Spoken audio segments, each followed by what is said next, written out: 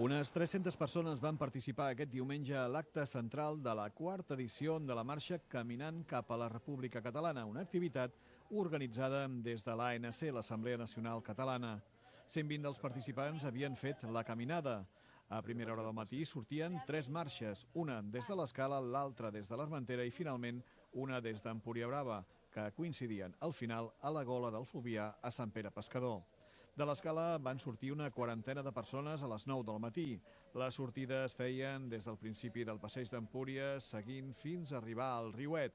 A partir d'aquí, el recorregut fins a Sant Pere Pescador era per la sorra de la platja, un tram dur i llarg en si, al que sumava la calor que feia durant tot el matí. Tot agraint l'esforç dels participants, des de l'ANC es destacaven els objectius de la mobilització, ja amb la vista posada a l'11 de setembre.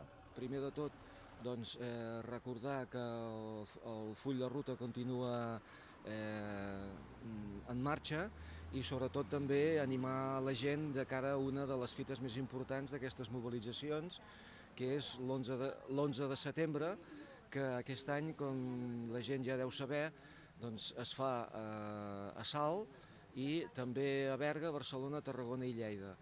Per tant, molta gent s'haurà d'apuntar. Els que vulguin anar l'11 de setembre a Salt, ja avisarem perquè la gent es pugui apuntar en els autobusos i per ara hi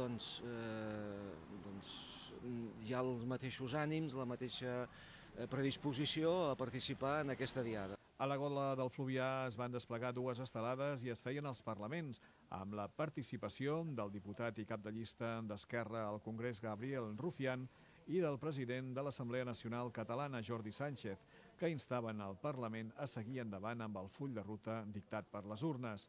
De l'Escala hi participaven les regidores Montse Caldés, de Convergència i Unió, i Enna Estrems, d'Esquerra Republicana. Des de l'Alt Empordà tornem a fer una demostració de força, dient que el poble segueix volent caminar cap a la independència, tot i que des de Madrid es segueixen posant pals a les rodes cada pas que el Parlament fa. Ho hem vist en els últims esdeveniments quan han tornat a portar al Tribunal Constitucional una decisió del Parlament de Catalunya que l'únic que fa és traslladar la voluntat del poble a les entitats polítiques. Del grup escalenc no van faltar les fotografies de grup, una al costat de l'Empedòfol i una segona al mirador de Sant Martí d'Empúries, amb la casa forestal de fons.